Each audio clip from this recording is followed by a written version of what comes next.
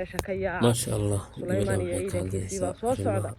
iyo idinku joogsan meesha iskaga xerooda qoomkeedii bay u dhawaaqday quraayooyinkii oo dhan bay tiri meesha laga baxsado nabi Sulaymaan calayhi salaam hadalkeedii waa ku qoslay waa nabi Sulaymaan calayhi salaam waa tuulaha yaa ayuha naasu علمنا منطق الضير هذا وانا وحنا لبري أفشين بريد كان لبري وأوتينا من كل شيء كستنا وانا لو كانوا النبي سليمان عليه السلام وحق سواتي الله سخري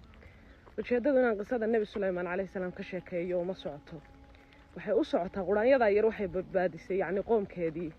بيت المياشة كبح صدا ومدي النبي محمد دعادي النبي محمد عليه الصلاة والسلام وينو دعيه ويري له قوم هيجها لاقي بينو كتها جنهي waxaan u maleynayaa waa hore leen halaagi lahaa sababta ku tahay miyeedinaan ku qudra qaadanayn asxaabul ayka maye reer caad maye reer thamuud maye maxaa la yiraahdaa ii soo qabo reer luud maye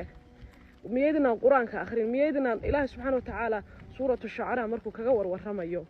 inna fi dalika la aayatan wama kana aktharuhum mu'miniin buu leeyahay markasta tani waa calaamad markuu nabi walba ka soo hadlo iyo quruuntoodii iyo meesha la mariyay buu ilaahay subxaanahu wa ta'aala wuxuu leeyahay taasi waa calaamad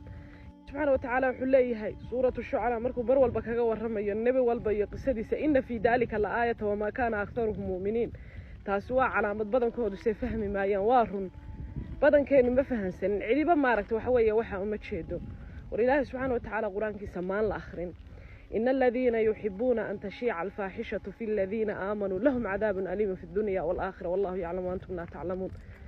dadka jecel xumaanta inay faafiyaan suuratu nuur inay xumaanta ku dhex faafiyaan dadka mu'miniinta ah oo islaamka dadka la jecel inay xumaanta ku dhex faafiyaan cadaab aad iyo aad u daran buu leeyahay xanuun kulul buu leeyahay ilaahay subxaanahu wa ta'aala bay leeyihiin bal ilaahay baan idinku dhaarshay nin laaxin ku saaraya xumaan oo koranaya qaabkay u samaysan tahay heblaayo siday soo tahay waxaan soo arkay waxa saa u kala dhigdhigaya oo dadkii xumaanta ugu yeedhaya commentiga markaad wada fiiriso kulli waxa la wada leeyahay qaliilan baa iska aamusan inta badan waxa la leeyahay xagee ka hela luuqay ugu soo dir xagee ka hela luuqay ugu soo dir ariyaa tusaba laga leeyahay meesha